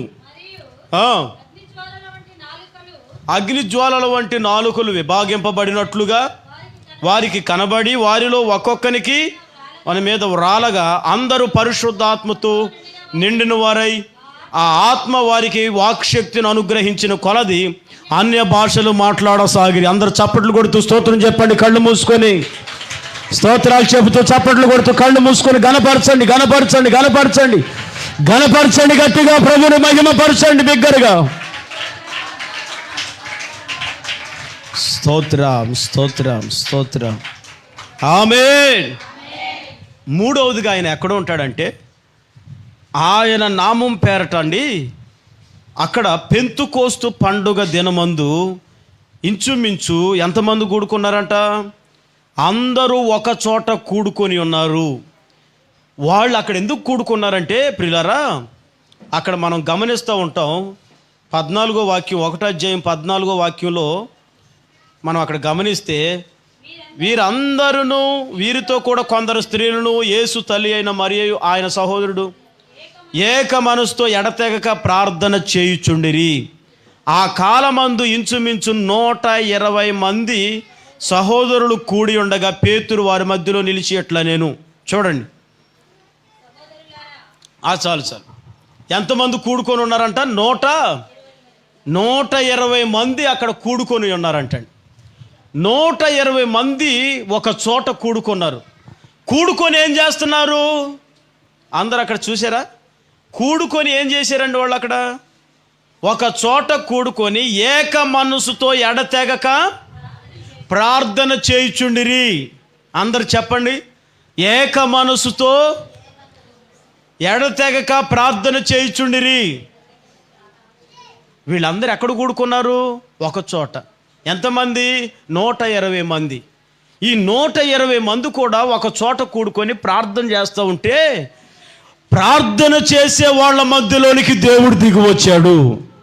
ఆమేన్. ఏం చేశాడండి? ప్రార్థన చేస్తూ ఉన్నారా? ఆకాశం తెరవబడిందా? అకస్మాత్తుగా ఒక పెద్ద గాలి వంటి శబ్దం వచ్చి వాళ్ళు కూడుకొని ప్రార్థన చేస్తున్నటువంటి ఇల్లంతా కూడా నింపబడిపోయింది. ఆమేన్. హల్లెలూయా. కూడుకొని ప్రార్థన చేస్తున్న ఇల్లంతా కూడా నింపబడిపోయింది. ఎందుకనంటే అక్కడ ప్రార్థన అనే కార్యక్రమం జరుగుతుంది. Praise the lord. హల్లెలూయా. ఎంతమంది కూడుకున్నారు? 120 మంది కూడుకున్నారు.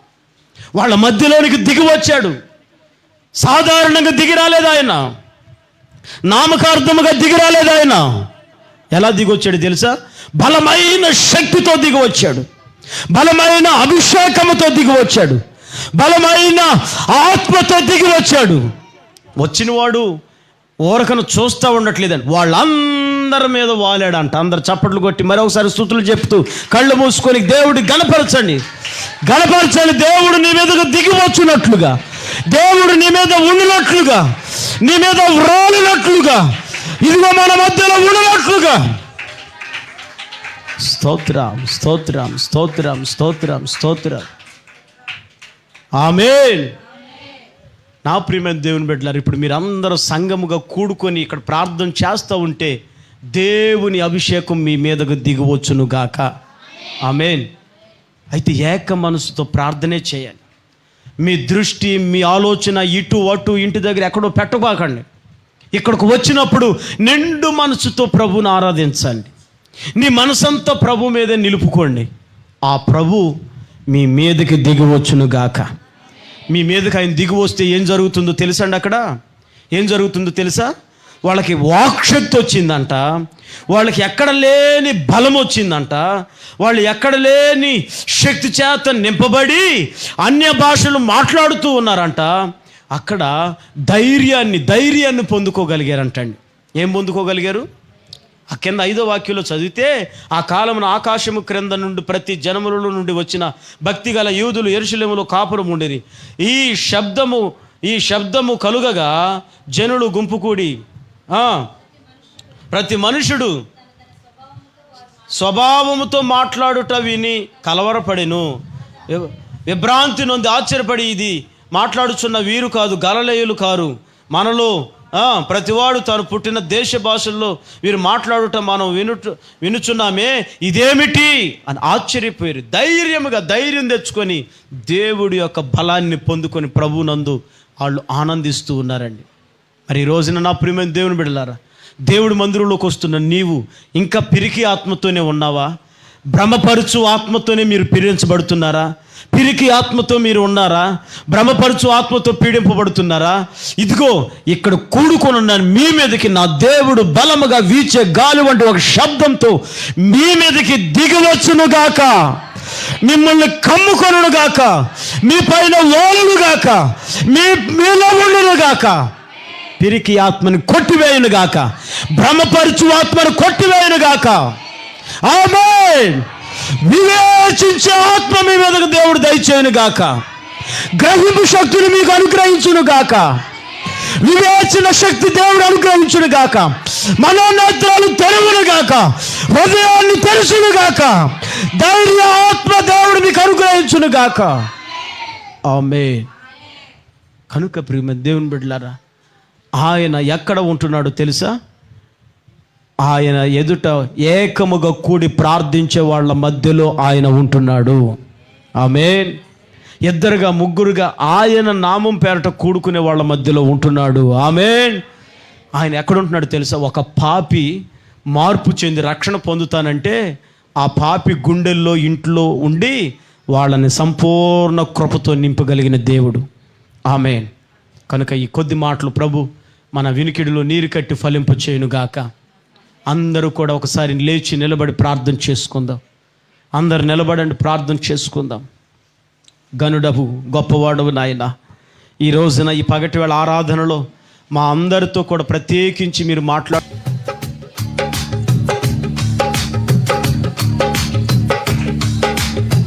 నీవుండు స్థలములో నేనుండుటకై నీ స్వాస్థ్యముగా నిత్య నివాసము చేయాలని, నీవుండు స్థలములో నేనుండుటకై నీ స్వాస్థ్యముగా నిత్య నివాసము చేయాలని, ప్రభు విందులో నన్ను చేర్చుకొంటివే, నీ స్వరూప్యము ధరింపచేసి, ప్రభు విందులో నన్ను చేర్చుకొంటివే నీ స్వరూప్యము ధరింపచేసి నిన్ను ఆరాధించుటయే నా భాగ్యము నీలో పరవశముందుచు సాగేదను నిన్ను ఆరాధించుటయే నా భాగ్యము నీలో పరవశముందుచు సాగేదను నిన్ను ఆరాధించుటయే నా భాగ్యము నీలో పరవశముందుచు సాగేదను నిన్ను ఆరాధించుటయే నా భాగ్యము నీలో పరవశ సమాధానకర్తవు దీర్ఘశాంతి గలవాడవు దీనుల ఎడల నిత్యమైన కృప చూపువాడవు సమాధానకర్తవు దీర్ఘశాంతి గలవాడవు దీనుల ఎడల నిత్యమైన కృప చూపువాడవు సాత్వికులతో వినయము గలవారితో సమీపించి నీవు నివసించు దేవుడవు యేసయ్యా నివసించు దేవుడవు సాత్వికులతో వినయము గలవారితో అందరూ చప్పట్లు కొడుతూ కరుణ మూసి ప్రభువుని మహింపరచండి లారీ సమీపించి నీవు నివసించు దేవుడవు నా యేసయ్యా నివసించు దేవుడవు యేసయ్యా మహిమా ప్రభావములు యుగ యుగములు నీకే కలుగునుగాక యేసయ్యా మహిమా ప్రభావములు యుగ యుగములు నీకే కలుగునుగాక యుగ యుగములు నీకే కలుగునుగాక యేసయ్యా యేసయ్యా యేసయ్యా యేసయ్యా యేసయ్యా మహిమా ప్రభావములో యుగ యుగములు నీకే యుగ యుగములు నీకే యుగ యుగములు నీకే యుగ యుగములు నీకే కలుగునుగాక కలుగునుగాక యేసయ్యా మహిమా ప్రభావములు మహిమా ఘనత ప్రభావములు మహిమా ఘనత ప్రభావములు మహిమా ఘనత ప్రభావములు సమాధానకర్తవు దీర్ఘశాంతి గలవాడవు దీనుల ఎడల నిత్యమైన కృప చూపువాడవు సాత్వికులతో వినయము గలవారితో సమీపించి నీవు నివసించు దేవుడవు సమీపించి నీవు నివసించు దేవుడవు మహిమా ఘనత ప్రభావములు మహిమా ఘనత ప్రభావములు మహిమా ఘనత ప్రభావములు యుగ యుగములు నీకే యుగ యుగములు నీకే యుగ యుగములు నీకే యుగ యుగములు నీకే కలుగునుగాక ఘనత ప్రభావాలు మీకే ఆరోపిస్తూ అయ్యా జక్కయ్య ఇంట్లో అయ్యా ఉండడం వల్ల మారు మనసు రక్షణ దయచేసే అబ్రహాము కుమారుడిగా నీవు తీర్చిదిద్దినందుకు వందనాలు అయ్యా ఇద్దరు ముగ్గురుగా ప్రభు నీ నామం పేట కూడుతున్నప్పుడు వాళ్ళ మధ్యలో ఉంటున్నావు వాళ్ళు చేస్తున్నవి చూస్తున్నావు మాట్లాడుతున్నవి వింటున్నావు అయ్యా ఉపయోగకరమైనవి మాట్లాడితే విని వాటిని సఫలపరిచే దేవుడు అయి ఉన్నావు ఉపయోగం లేని మాట్లాడితే అయ్యా వాళ్ళని చూస్తూ ఉంటావు నాయన అలాగే మూడవదిగా ఏకముగా కూడి ప్రార్థించుచూ ఉండగా వారి పైకి దిగి వచ్చి బలమైన ఆత్మ శక్తి అభిషేకం ఇవ్వగలిగిన దేవుడు అయి ఉన్నావు ఏకముగా కూడినప్పుడు ఆరాధించుకొని మనసారా ఏక మనసుతో స్తుతించి గణపరుచుకొని ఆడుకోగలుగుతూ సహాయం చేయమని, ఈ మాటలు అందరి జీవితాల్లో నీరుకట్టి ఫలింపు చేయమని, మీకు మహిమ తెచ్చుకోమని, సంఘాన్ని ప్రాంతాన్ని అత్యధికంగా ఆశీర్వదించమని, సంఘ క్షేమాభివృద్ధి పరిచర్య విస్తరింపు చేయమని మీకే అప్పగిస్తూ యేసు పరిశుద్ధ నామములో ప్రార్థించి వేడుచున్నాం తండ్రి, ఆమేన్. మన ప్రభు అయిన యేసుక్రీస్తు కృప, తండ్రి అయిన దేవుడి ప్రేమ, పరిశుద్ధాత్మ యొక్క సన్నిధి, సముఖ సహవాసం ఇప్పుడు ఎల్లప్పుడు మనకు సకల పరిశుద్ధులకు సదాకాలం తోడై ఉండి ఆయనతో ఉండునట్లు నడిపించునుగాక. ఆమేన్, ఆమేన్. హల్లెలూయా, హల్లెలూయా. అందరికీ వందనాలు.